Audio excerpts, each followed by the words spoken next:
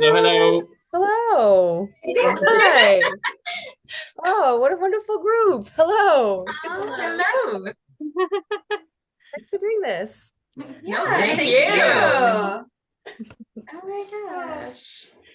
How's it going? That's your cue. So, I know that the literary coven of Raging Readers is super excited to welcome you, Clemence Michallon, author of The Quiet Tenant. Thank you so much for joining us today. I feel a little awkward because I'm a brand new member to this group. This is my actual first time being here, but thank you so much for joining us and taking the time to talk to us today. Oh my God, of course. Thank you for having me. Congratulations on joining the group. And thank you so Yeah. yeah, thank you so much for picking the book and for hosting this. This is awesome. Thank you. It's a very exclusive club. Yeah. I feel very exclusive. Alright. This so bear with us. This is our first time actually hosting a meeting with an author. So we don't have an actual format. So we might just word vomit at you questions. Yes, absolutely. That's fine. There's no wrong way to do this. Oh. So, Mm. How much research have you done on serial killers? so I tend to do research in a very compulsive manner, which is usually like I get obsessed with something, not for work related reasons, just like because I'm a journalist for by trade, so I just tend to and even non-journalists, I think we all do it. We fall down rabbit holes, like we'll become obsessed with various things. Yeah. And so I usually tend to just consume a lot of information about something, and then later on I end up using all that in a book. But usually the obsession comes first, and then it goes into a book. So like cults, for example, I've always been quite fascinated with cults, and so I ended up using that in the next book.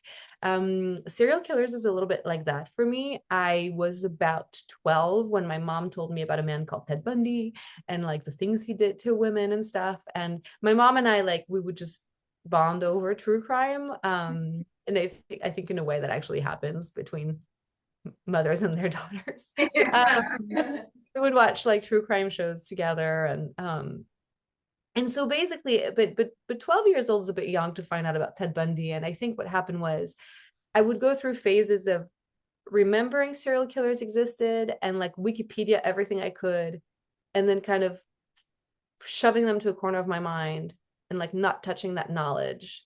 And then I would like go down the rabbit hole again, blah, blah, blah. And like I alternated back and forth for like years and years and years. But in that time, I really did acquire some knowledge, and then in my adult age, I realized that it's not weird to care to be interested in things that are dark. Like Right. they're interesting because they're very strange and incomprehensible. And we tend to sort of become obsessed with what we can't understand, right? And so of course it's interesting. Like just because it's dark doesn't mean it's bad to care. Um and so writing this book was sort of like the expression of that. So I didn't like I did Google some stuff specifically for the book and like specifically refresh my memory about various things. But all that, I had been consuming documentaries, books, and podcasts for like 20 years. It's the thing I cannot wrap my head around, which is like most serial killers don't spend their time doing what they're infamous for. They spend their time cooking meals and taking their kids to school and working their jobs and being with their families. And then for like a few hours of their lives, they also do these horrifying things that end up defining their entire lives. And just like the juxtaposition of the two is something that still boggles my mind. Because if you look into these stories, you'll hear like, yeah, so he killed someone and then he went home and he had dinner with his family, right? Like, and just the mundane aspects of life still kept going. Like he did his taxes, and his girlfriend, the year it came out that her boyfriend had been a serial killer this whole time, she also did her taxes. Like it sounds Yeah. silly, but I can think about that for hours and like still not come up with anything resembling like me understanding of that. So that was my research. It was like a lot of sort of revisiting the cases I'd heard about when I needed something specific, and just really thinking about that central question. Yeah. I have to say that observation also came out of like just very far less dramatic settings, but like, have you ever dealt with a difficult person at work? And then you go on social media and they're like someone's godfather. Yeah. All the time. And their and their friends are like, couldn't think of a better human. And you're like, really? You're like, I can think of 10. Right. You're like, because I can think of like most people, you know. And you know, obviously the serial killer like takes that to the extreme, but it was kind of like that same, you know, idea of people have these really like just confusing identities that completely contradict one another, depending on what aspects of their personalities they choose to or end up displaying. Love that. Tell me everything. A broader question. I wanted to ask about your choice to use second person for a big chunk of the book for all of Rachel's chapters, because that's very. I feel like it's unusual. I don't think I've ever, you know, when I was talking to Jess, she had started reading it before me, and like I don't think I've read. I had to ask her what that was because I hadn't read anything that was written in second person. So it was an interesting choice. I wanted to ask, like, kind of what, why that as opposed to something more typical like first or third. Yeah, it's definitely unusual. Oh, hello. Hello. Sorry. What a beautiful Really outfit. Yeah. They have some thoughts and some questions. Knox, can you get your butt out of the camera? Sit. Uh, the second person. Yes. It is an unusual choice. Yeah. And I have to say, I was like, when I was writing The Quiet Tenant, I was writing with so much freedom because I was kind of under the impression that the only way to write it was to assume no one would ever read it. And because otherwise it was too scary for me. And so I kind of wrote it in a bubble. I also had never published anything in the US before. I had never like sort of been exposed to a wide range of opinions, you know, about books before and stuff. And I really I had this wonderful naivete about it. I did not realize how, like, some people feel really strongly about the second person. They tend to love it or hate it. And I didn't really think about that. What I knew was like the few times I'd encountered it in books, I had really liked it. Like, Yeah. and I'm from France originally. English is my second language, but I like the second person in fiction, both in French and in English. I've encountered it in both. It's rare in both countries, but I've encountered it rarely in both. And every time I've loved it. And so originally I wrote Rachel's point of view in the first person. Okay. Almost all of it, I think. Maybe all of it. I forget exactly when I made the switch. But her voice for me in the first person never fully clicked. Yeah. Sorry. This is chaos. Sorry. They also want to talk to you, apparently. It's totally fine.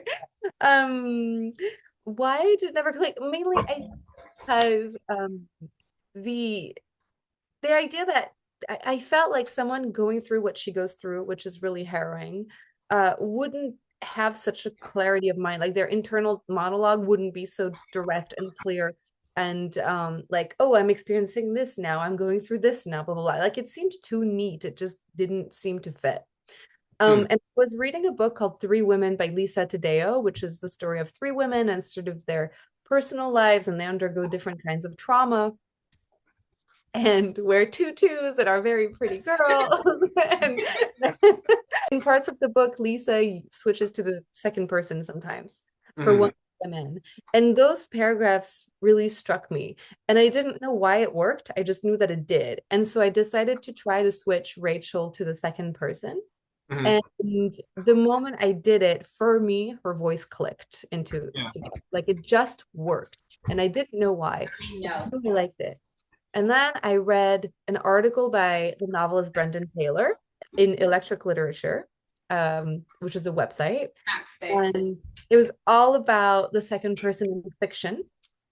And Brendan, I might be paraphrasing a little bit, but he explained that sometimes the second person in fiction can be a way to illustrate the fragmentation of the traumatized mind. And I went, oh, that's why I think it works. Like, that's exactly it. That fragmentation was missing in the first person, and it came onto the page through the second person. Person was kind of like, as the reader, you feel like you could be Rachel because, like she says, like you always know that it could happen at anyone. You just hope that you're the exception. So to me, that felt like the second person really made it feel like I was her and like I could have been in that situation. Like if I was, like, you need to like talk yourself out of it. Also, just like disassociating from like yourself. You know, as people who are not being like held in captivity and stuff, like it's very like visceral to be like, you gotta run. It is amazing. I got distracted by the fabulousness. Sorry. No, you're okay. This is normal. Max, can you sit down? Talking a lot about voices. You had your three main voices, but was it difficult to find the voices of the other victims? Oh yeah, that's such a good question. Yes. We worked, when I say we, I mean me and my editor. It's not the royal we. We had a lot of work to do.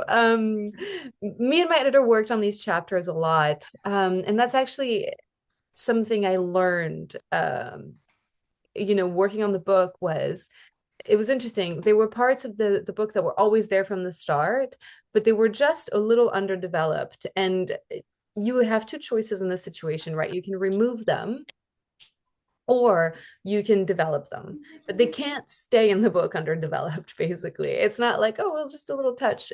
No, it has to sort of hold water, which sounds obvious when I say it this way, but you'd be surprised. And so originally they were shorter. And my editor said, listen, I think you want to keep them. And so we're going to lengthen them a little bit, like give us a little bit more every time. And because originally they were really like these really brief flashes where their only purpose was to kind of show Aiden's progression as a serial killer. Because that is one of their purposes. It's otherwise we don't get to see any of that part of his life. And I thought it was kind of important. Because otherwise he's a very theoretical serial killer and we're not really scared of him if we don't really see him doing what he does. And so in lengthening them, though, I really had an opportunity to tell the women's stories a little bit more. They're not very long in the final version, but there's a little bit more. And we tend to know what they were doing for a living and sort of where their life was at the moment that he killed them. And so finding the voice for each of them came from that. I will say, I actually find that they all sound, not that they all sound the same to me, but I do think of them as like a chorus. So to me, they're a little bit in the same register.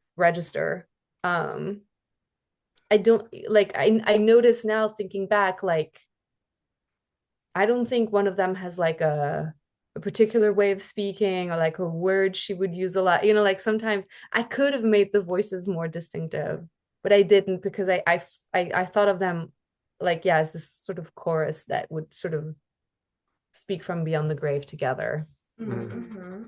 Question, because I listened to the audiobook and I believe that you narrated one of them. Yes. And I guess I wanted to ask, like, how was that experience for you? Like, how did you choose which one you narrated?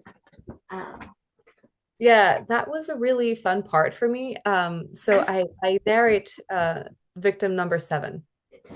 And she is the one who says, I think he would tell you it all went according to plan, I think. And the way that happened was the audiobook producer who worked with me on the audiobook was, his name is Dan, and he's wonderful. And he decided early on that he thought there should be a full cast for the audiobook. And so that means a different narrator, a different person narrating each character. So obviously that meant 3 main ones for Rachel, Emily, Cecilia. But then also we have all these other victims. And he could have done one voice for all of them, but he really like committed to it, and we did one different person for each of the victims, which I Yeah. thought was amazing. And there's actually even an extra person, fantastic. Her name is Hillary, and she only narrates the chapter headings. So she sat there and she went chapter 1, chapter 2, chapter 3. And I met her in person, and she like could not get over it. It was the funniest request she'd ever had. She was like, "Can I do the book? Like, can I do them?" That's cool. Anyway, so Dan asked me, he said, we need all these people to narrate the victim chapters. Would you like to do one? Yeah. Yeah. And I said yes immediately, because it sounded really fun and I was really curious about it. And then immediately I emailed him back the next day and I said, Dan, we'd never met face to face or spoken on the phone. I said, I do want you to know, like, I am French originally. I don't have a stereotypical French accent, but like there might be a little something every once in a while. Like I may not speak English exactly. Like I don't want you to picture something. And he said, listen, like unless there's a reason Aiden wouldn't, he said, actually it was really funny. He said, well, I don't see any reason why Aiden wouldn't kill someone who sounds like you. So and I was like, I think I understand what you meant, but that was a little that bad.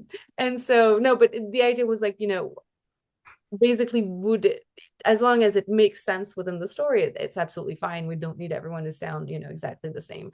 And so I went into the recording studio, and it was at my publishing house's office. They have the recording studio there, in the Penguin Random House building in New York. I'm always very excited to go there. I love the Penguin Random House building. And I sat down in a little recording booth. So it's like the walls are padded and stuff for the acoustics.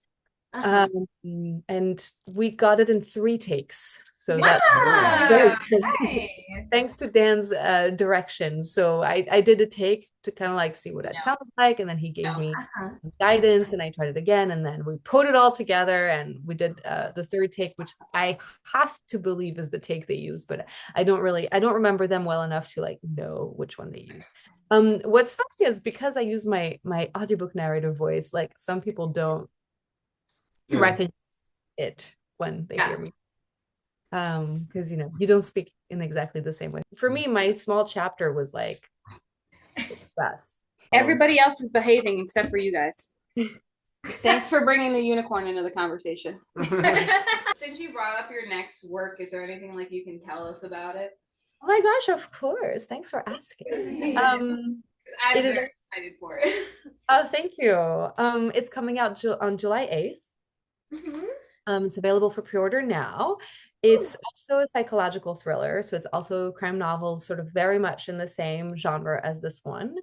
And the way I came up with it was that, as you all know, because you've all read it, The Quiet Tenant is set mainly in the winter, very cold weather, very simple settings, right? Like a shed, a house, nothing fancy. And I wanted to do the opposite of that. And so I set the new one at a beautiful resort in the desert in Utah. And the story is it's 2 adult siblings who have kind of fallen out over the past 10 years because a decade ago, it's a brother and a sister, and the brother's wife was found dead, and he was suspected but not charged with her murder.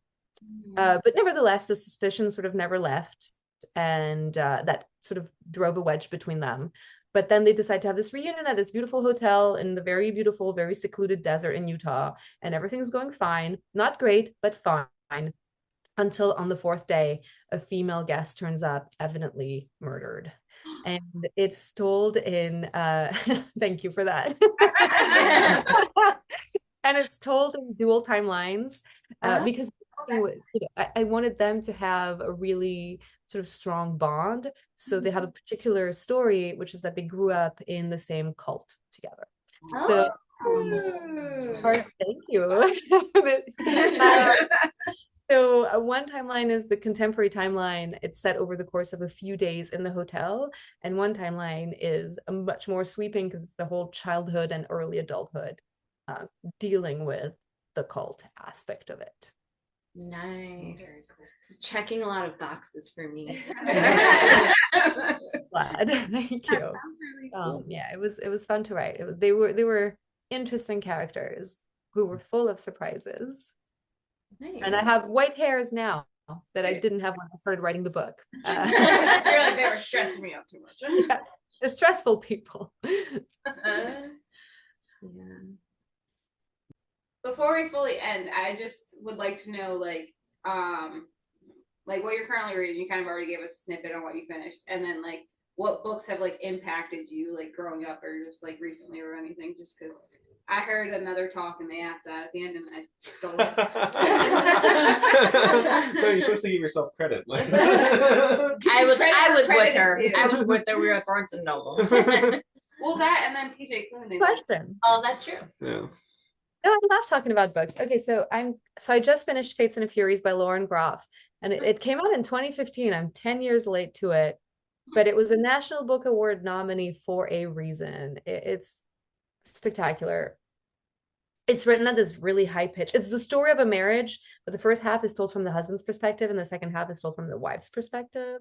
And it's so good. And it's written at this really high pitch. Every sentence is like a rich meal. So I kind of like took my time with it and just like let it work its magic on me. And I was really struck by it. I think it's one of my favorite books I've ever read.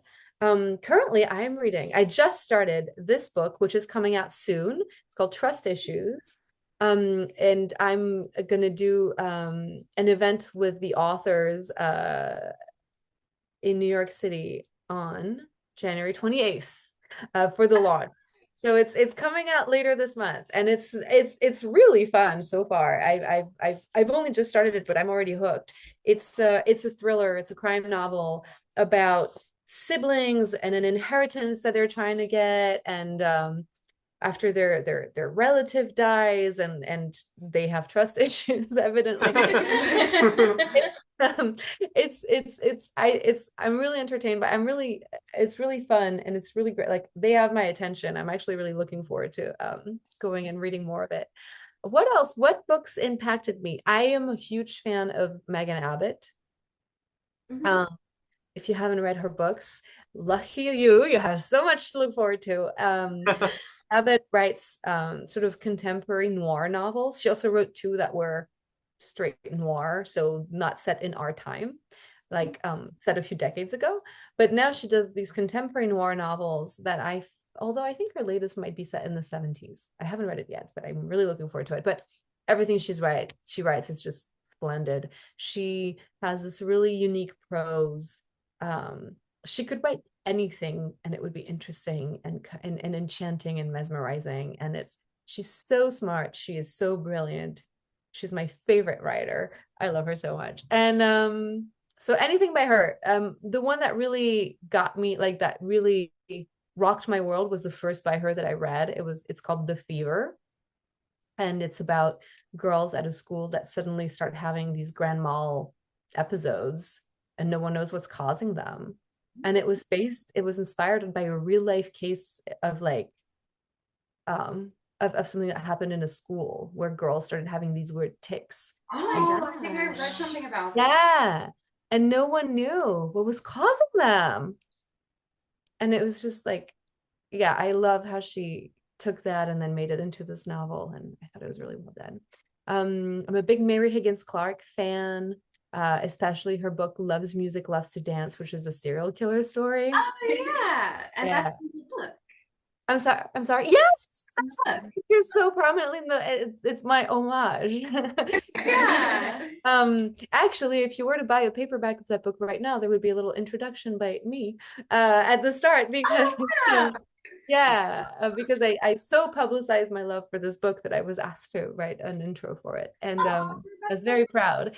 It was really the first thriller I ever read. I plucked it from my mom's nightstand when I was younger, and I went straight to the end. And I learned a big lesson, is that the end is not enjoyable if you don't have the beginning. So I went back, and it has one of the most terrifying endings I've ever read in fiction. It's so scary and creepy and incredible. And I reread it to write the intro, and obviously I already knew the ending. So the idea is there's a serial killer in New York City, and he's finding his victims, this is set a few decades ago, through classified ads. No one knows who he is.